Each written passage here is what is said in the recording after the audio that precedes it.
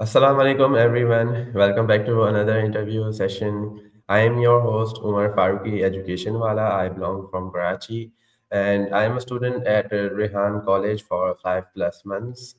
And today I have a very special guest with me, Mr. Ahmed Empowerment Wala. Thank you, Mr. Ahmed, for giving me your valuable time. Not a problem, Homer. Thank you so much for having me at this strange time for everyone. So, viewers, let me give you a short introduction of our guest. Today, we have with us Mr. Rahmat, a passionate advocate for disability empowerment and inclusion. He is a lead facilitator at Rehan School Online Academy and interviewer and podcaster at Empowering Minds, and currently serving as the Shadow Minister of Empowerment for Persons with Disabilities. With a strong background in digital skills, education, and advocacy, Mr. Rahmat is actively working to turn challenges into opportunities and inspire others through meaningful action. I am excited to learn from his journey, insightful and vision for an inclusive future. So अब mister Ahmed की तरफ चलते हैं. तो thank you very much mister Ahmed, आपने अपना time दिया. Mister Ahmed, Pleasure आप is all mine. अपने बारे में कुछ और ऐड करना चाहें? आप तो माशाल्लाह इतने सारे काम कर रहे हैं. तो ये मैं तो बहुत ब्रीफ सा इंट्रोडक्शन एक दिया था आपका. तो आप कुछ शेयर करना चाहें अपनी अर्ली लाइफ के बारे में, एजुकेशन के बारे में? जी, ज़रूर। मेरा नाम सैयद रहमत अली शाह है और फेसबुक पर, सोशल मीडिया पर मुझे रहमत एम्पावरमेंट वाला के नाम से ज़्यादा बेहतर जाना जाता है। एम्पावरमेंट वाला टाइटल जो है, मुझे रेहान अल्लाह वाला साहब की तरफ से गिफ्ट में मिला, तोहफे में मिला, और जिसको मैं बहुत प्राउडली अपने नाम के साथ लगाता हूँ। एम्पावरमेंट वाला क्यों? क्योंकि I am a person with disability. मैं एक माजूर शख्स हूँ, मैं चल फिर नहीं सकता हूँ, व्हील चेयर यूज़ करता हूँ। तो जब रेहान अलावाला साहब के साथ मैं कनेक्ट हुआ तो उनकी एक आदत है, उनका एक स्टाइल है, वो हर एक से पूछते हैं कि आप ज़िंदगी में क्या बनना चाहते हैं, ज़िंदगी से क्या चाहते हैं। तो मैंने उन्हें बताया कि मैं इंडिपेंडेंट होना चाहता हूँ, अपने पैरों पे खड़ा होना चाहता हूँ, मेटाफोरिकली, और कुछ हासिल करना चाहता हूँ ज़िंदगी में। तो उन्होंने मुझे कहा कि फिर आप ये एम्पावरमेंट वाला टाइटल अपने नाम के साथ लगाएं। जो मैंने अभी ये चीज़ें अर्ज़ की, तो ये सारा एम्पावरमेंट में आ जाता है, खुद को एम्पावर करना इमोशनली, फिज़िकली, फाइनेंशियली, मॉरली। तो मुझे बहुत पसंद आया, सो आई स्ट्रेट अवे ग्रैब दैट, और मैंने अपने नाम के साथ लगा लिया इसको। उसके बाद से ये मेरी पहचान बन गई। उस वक़्त सबसे पहले मैं ही था जो एम्पावरमेंट वाला के नाम से पहचाना जाता था। उसके बाद भी कुछ स्टूडेंट्स ने इसको ऐड किया, लेकिन कोई इसको प्रोलॉन्ग नहीं लेके जा रहा, but from the day first it's been with me. और इसके बाद मैं जब रेहान अलावा साहब के साथ कनेक्ट हुआ, तो उन्होंने मुझे पहले इंटरव्यूज़ करने का कहा, और इंटरव्यूज़ जब मैंने स्टार्ट किए तो मुझे बहुत अच्छा लगा, क्योंकि ये मेरे इंटरेस्ट और पैशन के साथ ये कोइंसाइड कर रहा था। तो मुझे चूँकि बोलने का बहुत शौक है, मुझे लोगों की कहानियाँ सुनने का बहुत शौक है, अपनी कहानियाँ लोगों को बताने का बहुत शौक है। तो ये मुझे ऐसा लगा कि जैसे ये मेरे लिए ही है।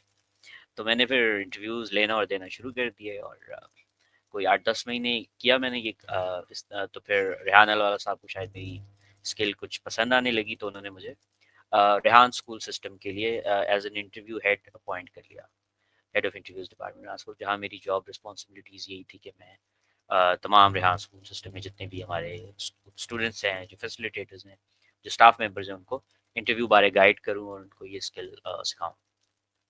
फिर 1 साल और 2 महीने मैंने उस पोज़ीशन पे काम किया। साथ-साथ मैं दौलत भाई को असिस्ट भी कर रहा था रेहान स्कूल ऑनलाइन अकेडमी में। दौलत भाई ने ये जनवरी 2024 में शुरू किया था ये वेंचर। तो शुरू में उनको बहुत मुश्किलात आ रही थी, क्योंकि वो अकेले चला रहे थे। उनकी बहन उनके साथ थी, लेकिन वो भी रिमोटली उनके साथ थी। तो रेहान भाई ने मुझे कहा कि मैं दौलत भाई को इस वेंचर में असिस्ट करूँ उनको। तो I was the first one कि मैंने दौलत भाई को असिस्ट करना शुरू किया इसमें। और फिर 2-3 महीने बाद ऐसा हुआ कि हमने क्लासेस इसकी बाँट ली, सुबह, शाम और रात।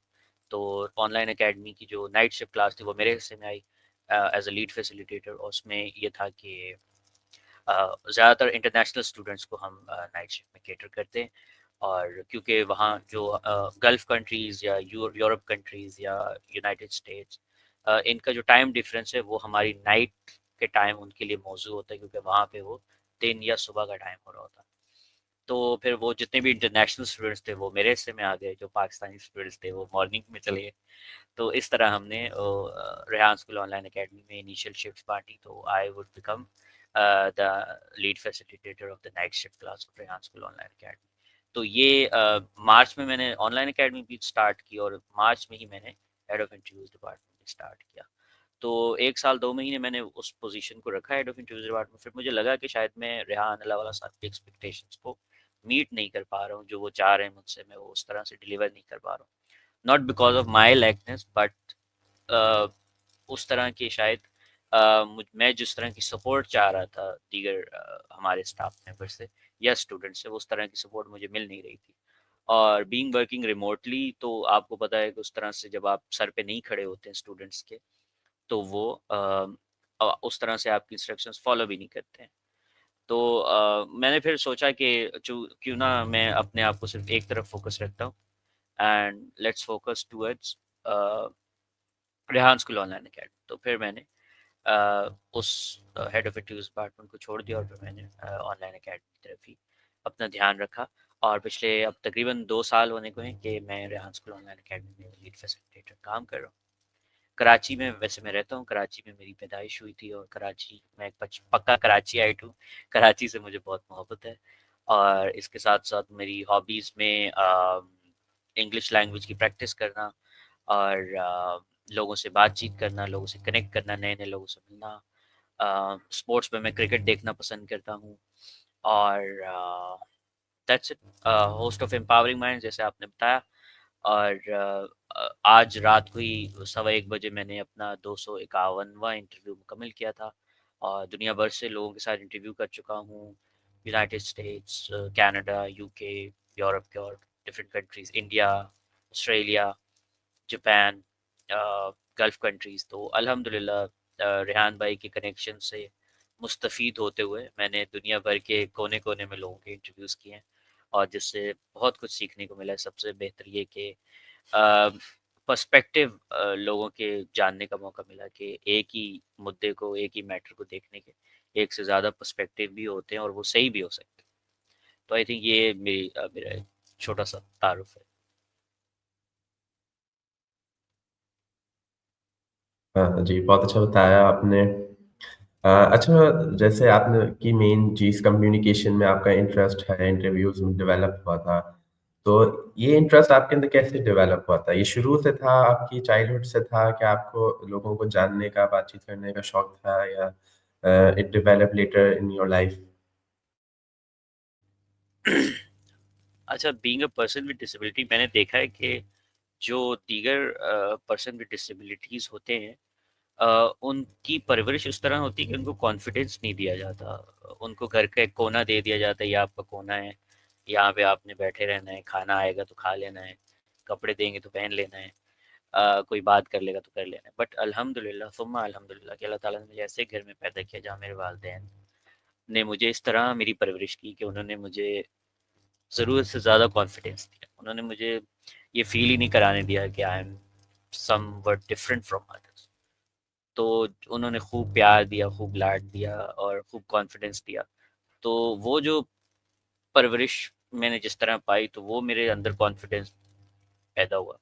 तो जब भी मैं किसी से भी मिलता या किसी से भी बात करता तो मैं कभी ये फ़ील नहीं करता था कि मैं किसी से कमतर हूँ या मेरे अंदर कोई डिसेबिलिटी है जो सामने वाले जो है जिसका मज़ाक उड़ा सकता है या जो कमतर जान सकता है।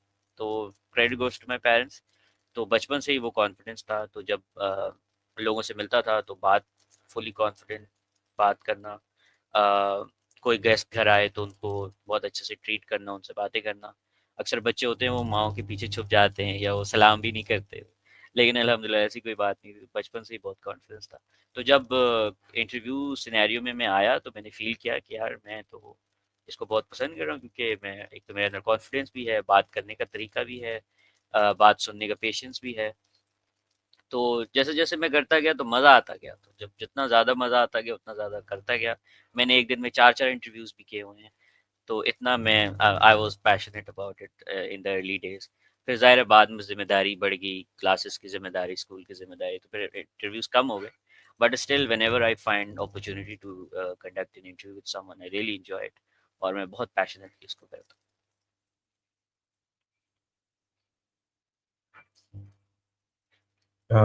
बहुत अच्छा आपने बताया। अच्छा सर, आपको क्या लगता था कि जैसे आपकी जो पर्सनल एक्सपीरियंसेस हैं, वो दूसरों को आप जैसे कैसे एम्पावर कर सकते हैं? दूसरों को कैसे कॉन्फिडेंस दे सकते हैं? अच्छा, वैसे मेरा शुरू से ही यही मुझे रेहान भाई ने भी इसी पे ही फोकस कराए रखा, और मेरा भी फोकस है कि जब भी कोई पर्सन विद डिसेबिलिटी, क्योंकि मेरा जो वाला है वो एम्पावरमेंट वाला है, और मेरा मिशन ये है कि कम से कम 1 मिलियन पर्सन विद डिसेबिलिटीज को एम्पावर किया जाए, उनकी लाइफ में कुछ पॉजिटिव इम्पैक्ट लाया जाए। तो जब भी कोई पर्सन विद डिसेबिलिटी मुझसे कांटेक्ट में आते हैं, तो मेरी कोशिश होती है कि उनको कॉन्फिडेंस दिया जाए, उनको फील कराया जाए कि वो भी सोसाइटी का बहुत इंपॉर्टेंट हिस्सा है, और दे आर नो लेस। और ये अल्लाह ताला की तरफ से एक है जो प्रॉब्लम है, हर एक के साथ कोई ना कोई प्रॉब्लम होती है, बट हमें वो फील नहीं करना है, हमें जो अल्लाह ताला की नेमतें हैं उसका भरपूर यूज़ करना है।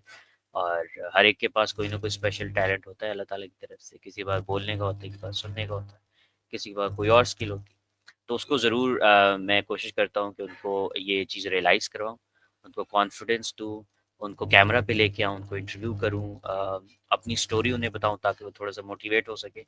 और दुनिया के ऐसे लोग जो डिसेबिलिटी के बावजूद बहुत, जिन्होंने बहुत सारे काम किए हैं और बहुत रिनाउंड पर्सनैलिटीज़ हैं। स्टीफ़न हॉकिंग को ले लें, और एक शाह हैं, यूनाइटेड स्टेट्स में होते हैं, मैं उनका बहुत फ़ैन। इसी तरह हमारे पास मुनीबा मज़ारी की बहुत अच्छी मिसाल है, और एक तकवा अहमद हैं, एक यंग लेडी, वो बहुत ज़बरदस्त काम कर रही हैं, यूनाइटेड नेशन के साथ काम करती हैं वो। She is a spina bifida patient. तो बहुत सारी मिसालें हैं, तो मैं उनको वो मिसालें देता हूँ, मैं उनको बताता हूँ कि अगर आप थोड़ी-सी हिम्मत करें, तो वर्ल्ड इज़ योर्स। थोड़ी-सी प्रॉब्लम होती है, थोड़ी-सी हिम्मत करनी पड़ती है इंसान को, खुद को कंफर्ट ज़ोन से बाहर निकालना पड़ता है, अनकंफर्टेबल होना पड़ता है, लोगों को फेस करना पड़ता है। फेस किए बगैर चीज़ें नहीं होती हैं। आपके कमरे के अंदर आके आपको कोई प्लेट में रख के अपॉर्च्युनिटी नहीं देगा, आपको इसको सर्च करना पड़ेगा, आपको मेहनत करनी पड़ेगी। तो मैं मेरी यही कोशिश होती है कि इस वक़्त जितनी मेरी ये कैपेसिटी है, मैं उसमें पर्सन विद डिसेबिलिटीज़ को कॉन्फिडेंस दे सकूँ, उनको मोटिवेट कर सकूँ, और उनको एहसास दिला सकूँ कि वो कुछ ना कुछ अपनी लाइफ में पॉजिटिव और प्रोडक्टिव कर सकता है। फिर इंशाल्लाह जैसे-जैसे कैपेसिटी बिल्ड होगी और मेरे अंदर इस्तिताअत बढ़ेगी, तो मैं और अगले लेवल पे जाके उनको एम्पावर करने में अपना रोल अदा करूँगा, इंशाल्लाह।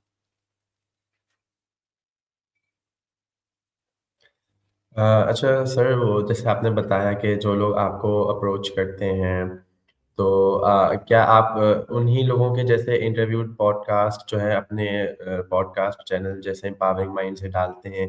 आप खुद अप्रोच करते हैं, तो आप उनको यानी जैसे कैसे फाइंड करते हैं अपने पॉडकास्ट के लिए उन लोगों को? ये कन्विंस करते हैं कि आप मेरे साथ आएँ पॉडकास्ट में?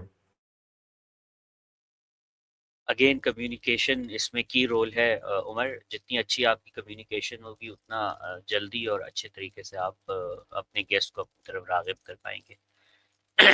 मैं इस हिसाब से लकी हूँ, क्योंकि मैं रेहान अलावा साहब के अम्ब्रेला में रहा हूँ शुरू से ही, तो उनका नेटवर्क यूज़ करता रहा हूँ। आई थिंक 99% जितने भी मैंने इंटरव्यूज़ किए हैं वो उनके नेटवर्क के ज़रिए किए हैं, उन्होंने ही कनेक्ट करवाए हैं। मैं खुद से बहुत कम इंटरव्यूज़ किए हैं, लोगों को बहुत कम अप्रोच किया, लेकिन I know how to do it, और I know how to do it effectively.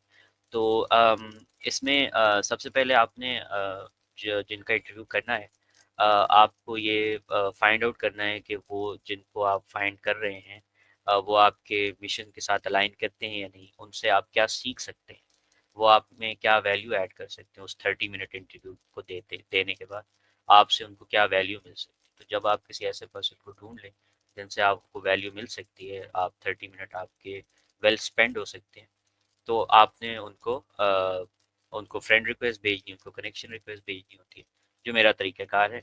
और मेरे पास 1-2 टेम्पलेट्स हैं अपने मैसेजेस मैंने बना के रखे हुए हैं, जिसमें पहले मैसेज में मैं खुद को इंट्रोड्यूस करवाता हूँ, आई एम रहमत एम्पावरमेंट वाला और होस्ट एम्पावरिंग माइंड्स, और मैं आपको बताता हूँ कि मैंने 250 प्लस पॉडकास्ट कर चुका हूँ ऑल ओवर द वर्ल्ड, जिससे मुझे ये सीखने को मिला है। जितना शॉर्ट और कंसाइज मैसेज होगा उतना लोग पढ़ेंगे और उतना वो असर रखेगा। बहुत लंबे लंबे मैसेजेस आपको पता है आजकल लोग नहीं पढ़ते, टाइम की बहुत किल्लत है सबके पास। तो अगर जैसे ही देखते हैं कि 4 लाइन से ज़्यादा कोई मैसेज है तो अ, सीधा स्वाइप कर देते हैं, ऊपर कर देते हैं। तो कोशिश करें बहुत कंसाइज, बहुत ब्रीफ मैसेज हो, नीट क्लीन लिखा हो, प्रॉपर पैराग्राफ स्पेसिंग के साथ हो। तो दूसरा मैसेज में इनविटेशन सेंड करता हूँ कि I would love to invite you to my podcast, I would be over the moon if I find half an hour of yours for this thing, for this activity. तो ये 2 messages मैं अपने उस potential guest को send कर देता हूँ, जिनको मुझे लगता है कि मुझे अप्रोच करना चाहिए। और जैसे ही वो मेरी फ्रेंड रिक्वेस्ट या कनेक्शन रिक्वेस्ट एक्सेप्ट करते हैं, वो मैसेजेस पढ़ते हैं, उनका जवाब आता है, फिर वहाँ से कम्युनिकेशन शुरू हो जाती है। अगर जवाब नहीं आता तो एक आध हफ्ते बाद एक सॉफ्ट सा फॉलो अप रिमाइंडर करना ज़रूरी होता है, और इसी तरह फिर एक और हफ्ते बाद अगर 2-3 बार भी कोई आपको जवाब नहीं दे रहा तो दैट मीन्स कि या तो वो उस वक्त अवेलेबल नहीं है, बिजी हैं, या फिर वो इंटरेस्टेड नहीं है। तो आप उनको फिर छोड़ देते हैं, फिर आप आगे बढ़ जाते हैं। There are billions of people around the world जिनको आप अप्रोच कर सकते हैं, अपना टाइम इन्वेस्ट कर सकते हैं। फॉलो अप के दौरान, रिमाइंडर के दौरान आपने जो है वो उनकी प्रोफाइल्स कंटिन्यूसली विजिट करनी होती हैं, उनके रीसेंट कमेंट्स, उनके रीसेंट पोस्ट पे कमेंट्स करने होते हैं, लाइक्स करने होते हैं, ताकि बार बार आपके नाम की जो घंटी है उनके नोटिफिकेशन बार में आप बजती रहे और बार बार आपका नाम नज़र आता रहे उनको अपने नोटिफिकेशन में। तो वो क्यूरियस हो जाएंगे कि यार ये उमर फारूकी एजुकेशन वाला कौन है, फाइंड आउट करें कि ये क्यों बार बार इसका नोटिफिकेशन आ रहा है। तो वो क्यूरियोसिटी उनको आपकी तरफ मुतवज्जे करती है, आपकी तरफ पुश करती है।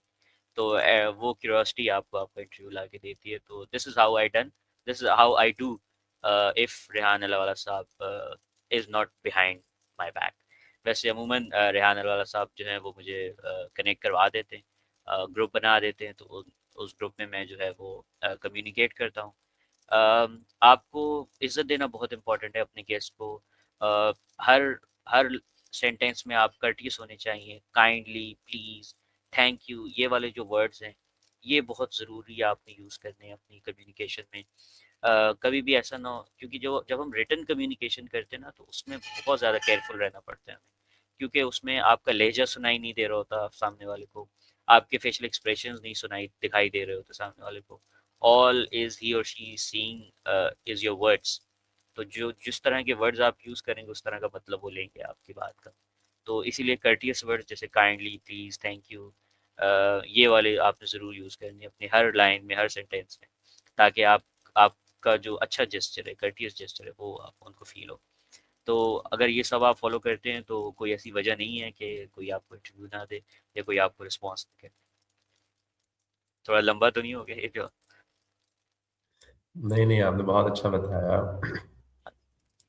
अच्छा, जैसे आपने बताया कि आपके माशाल्लाह पेरेंट्स ने और आपकी जो डोमेस्टिक बहुत अच्छा आपका था, माहौल एनवायरनमेंट सपोर्टिव था।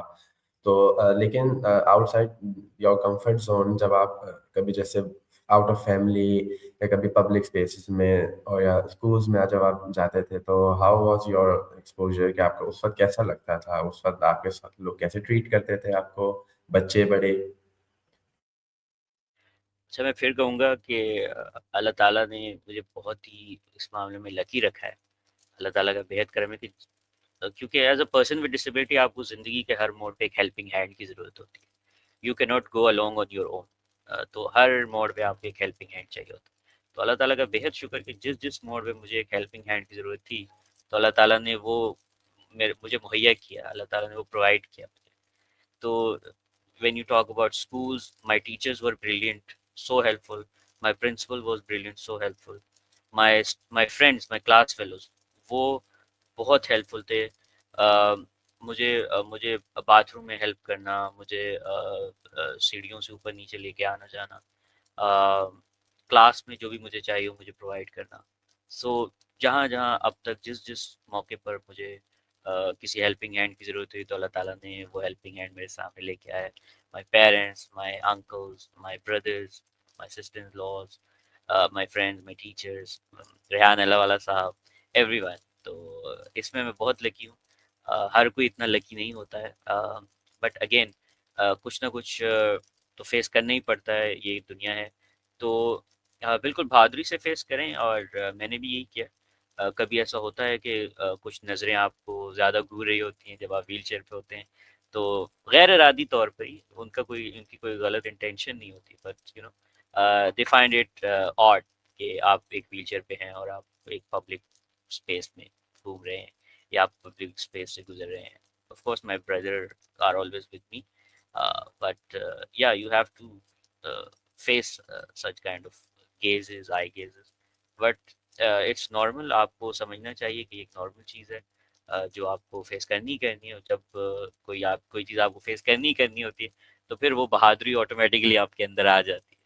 तो अल्हम्दुलिल्लाह कि थोड़ा बहुत होता है, बट अगेन अल्लाह ने इतनी बहादुरी डाली है कि हर चीज़ को फेस कर सकता बहुत अच्छा बताया आपने और बिल्कुल सही कहा, अल्लाह का माशाल्लाह बहुत शुक्र है।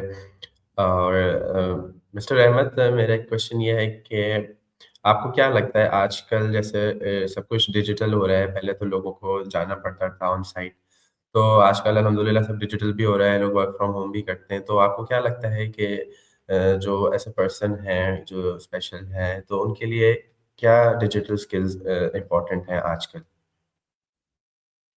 बहुत अच्छा सवाल उमर। हर चीज़ डिजिटलाइज हो रही है।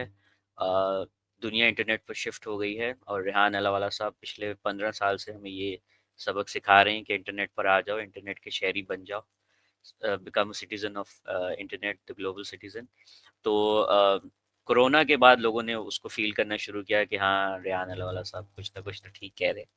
तो बहुत ये ट्रेंड आ गया कि अब अ, लोग रिमोट वर्क की तरफ आए हैं, कंपनीज रिमोट वर्क की तरफ आई हैं, फ्रीलांसिंग बहुत ज़्यादा होना शुरू हो गई 2020 के बाद। तो बहुत इम्पोर्टेंट है पर्सन विद डिसेबिलिटीज़ के लिए कोई डिजिटल स्किल सीखना, ताकि वो, वैसे ही वो घर से बाहर नहीं निकल सकते, घर से बाहर निकलना उनका वैसे ही बड़ा मुश्किल होता है। तो ऑफिस जाकर जॉब, फिजिकल जॉब करना तो I think next to impossible thing है, ख़ास तौर पर ऐसे पर्सन विद डिसेबिलिटीज़ के लिए जो चल फिर नहीं सकते। कुछ पर्सन डिसेबिलिटीज़ होते हैं जिनका शायद कुछ एक हाथ का मसला हो, या उनको पोलियो पोलियो होता है, लेकिन फिर भी वो चल फिर सकते हैं बैसाखी की मदद से, या वो ट्राई साइकिल चला लेते हैं, ट्राई मोटरसाइकिल इस तरह की। तो उनके लिए फिर भी थोड़ा सा काबिल अमल हो जाता है, लेकिन जो मेरी तरह के पर्सन विद डिसेबिलिटीज़ होते हैं, जो बिल्कुल भी चल फिर नहीं सकते, और जो खुद को ज़्यादा संभाल भी नहीं सकते अगर वो किसी पब्लिक एनवायरनमेंट में हो, तो हमारे लिए बहुत ही आई आई थिंक आप समझ लें ब्लेसिंग है इंटरनेट, कि हम आज के इस दौर में मौजूद हैं जहाँ इंटरनेट हमारे पास मौजूद है। हम मैं और आप बात कर रहे हैं, आप कराची के किसी और कोने में, मैं कराची के किसी और कोने में, लेकिन ऐसा लग रहा है जैसे हम आमने सामने बैठ के चाय पे गुफ्तगू कर रहे हैं। तो this is the blessing of internet. अगर मुझे कोई खाना मुझे पसंद है, मुझे कोई खाना चाहिए, तो I just turn on my phone. मैं अपना फ़ोन उठाता हूँ और फूड पांडा से ऑर्डर कर देता हूँ, खाना मेरे दरवाजे पे आ जाता है। मुझे कोई चीज़ चाहिए, कोई इलेक्ट्रॉनिक गैजेट चाहिए, कोई हेडफोन्स चाहिए, ईयरफोन्स चाहिए, मैं फ़ोन उठाता हूँ, दराज ऐप खोलता हूँ और मैं ऑर्डर कर लेता हूँ, और वो मेरे दरवाजे पे आ जाता है। सो अल्हम्दुलिल्लाह कि मैं ऐसे दौर में मौजूद हूँ जहाँ ये चीज़ें मेरे लिए बहुत आसान हो गई हैं। और again thanks to Rehan Allawala साहब कि उन्होंने मुझे ये राह दिखाई। कंप्यूटर और इंटरनेट से ताल्लुक़ तो मेरा बहुत पुराना है, आई थिंक 2004 से। When we were very young, तो हमारे वालिद साहब ने घर में कंप्यूटर लेकर आए, और फिर इंटरनेट लगा और हमने इंटरनेट इस्तेमाल करना शुरू किया। ये उस वक्त की बात है जब डायल अप इंटरनेट हुआ करता था, वो 10 रुपए और 100 रुपए के कार्ड मिला करते थे, 1 घंटा 10 रुपए और 10 घंटे 100 रुपए। आई डोंट नो कि आपको पता है या नहीं पता, लेकिन इंटरनेट कैफेज हुआ करते थे, तो उसमें इस तरह के कार्ड चलते थे। तो यानी कि मैं बहुत पुराना, आई एम 36 ईयर्स ओल्ड, तो ये भी मैं बता दूं सबको कि मैं 36 ईयर्स ओल्ड। तो कंप्यूटर्स और इंटरनेट से बहुत पुराना ताल्लुक है, बट अगेन उसका प्रोडक्टिव यूज़ करना नहीं आता था। गेम्स खेलना, चैटिंग करना, वीडियोस देखना, यही काम होता था। देयर वाज अ टाइम कि मैं 2-3 साल पबजी का बहुत फाइव टॉप 5% प्लेयर रहा हूँ मैं, ऑल ओवर द वर्ल्ड। तो रात रात भर पबजी खेलना, 2020, 21, 22, ये ऐसे साल थे कि मैंने 3 साल पबजी खेल के गुजारे। तो टेक्नोलॉजी का सब पता था, बट प्रोडक्टिव यूज़ करना नहीं आता था, या उस तरफ ध्यान नहीं था। तो रेहान अलवाला साहब ने मुझे बताया कि ये इसका प्रोडक्टिव यूज़ है, आपने ये प्रोडक्टिव यूज़ करना है, इससे आपकी आपकी स्किल्स भी इन्हेंस होंगी, आप लोगों को भी सिखाएंगे और इस प्रोसेस में आप अर्न भी करेंगे। तो अल्हम्दुलिल्लाह फिर वो जो उन्होंने रास्ता दिखाया उस पर चलते रहे और अल्हम्दुलिल्लाह आज मैं एक सैलरीड पर्सन हूँ। रेहान अलवाला साहब मुझे सैलरी भी प्रोवाइड करते हैं और जॉब भी उन्होंने प्रोवाइड की है। Everything which I am right now he has done for me अल्हम्दुलिल्लाह। तो मैं टीगर पर्सन विद डिसेबिलिटीज़ को मैं यही कहूँगा कि कोई ना कोई डिजिटल स्किल ज़रूर सीखें। सबसे पहले तो बोलने वाली स्किल सीखें, क्योंकि जब आप बोलेंगे तभी आप अपना मैसेज दूसरों तक ठीक तरह से पहुंचाएंगे। तो सबसे पहले तो कम्युनिकेशन स्किल्स, आपने डरना नहीं है, आपने आपने ये खौफजदा नहीं होना कोई आपके बारे में क्या सोचेगा, आपको देख के कोई क्या सोचेगा, आपको बोलता हुआ सुन के कोई क्या सोचेगा, किसी ने सोचना सोचने दें। आपकी पर्सनैलिटी आप खुद पे एक्सप्रेस करें। तो बोलना सीखें, बेखौफ बोलना सीखें। फिर कोई ऐसी डिजिटल स्किल सीखें जिसमें आपको लगता है कि आप अच्छे हैं, आपका इंटरेस्ट है और आप वो स्किल जल्दी से सीख के दूसरों को सिखाना शुरू कर सकते हैं। जब आप वो शुरू करेंगे, वो सीखना शुरू करेंगे तो 1 से 2, 2 से 3, 3 से 4 आपकी इंटरेस्ट बढ़ता रहेगा। तो एक वक्त आएगा जब आप बहुत ज़्यादा स्किलफुल हो जाएंगे और अपॉर्चुनिटीज़ आपके सामने टेबल पर होंगी। तो बिल्कुल डिजिटल स्किल सीखना बहुत इंपॉर्टेंट है। खुद को टेक्नोलॉजी से अमांग करें, खुद को गैजेट से अमांग करें और invest your time productively. Thank you very much mister Ahmed, आपने बहुत अच्छा बताया हर चीज़ के बारे में, from beginning to the end हर चीज़ में बड़ा अच्छा एम्फसाइज़ किया, बहुत अच्छी एडवाइसेस दी, बहुत अच्छा एक्सपीरियंस अपना बताया। और जो है हमारा टाइम पूरा होता है इंटरव्यू का, वैसे तो मैं और बहुत कुछ जानना चाहता हूँ आपके बारे में, बहुत कुछ अच्छा पूछना चाहता हूँ, बड़ा अच्छा लगा आपसे बात करके।